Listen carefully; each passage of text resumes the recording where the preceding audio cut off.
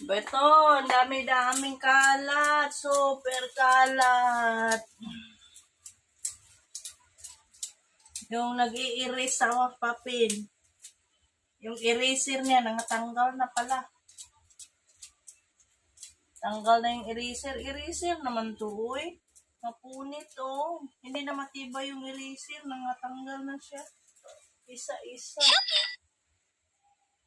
Yung eraser na to, uy. Nangatanggal na. Ano na siya? Punit na punit. Expire na yata. Kasi nangatanggal na siya yan.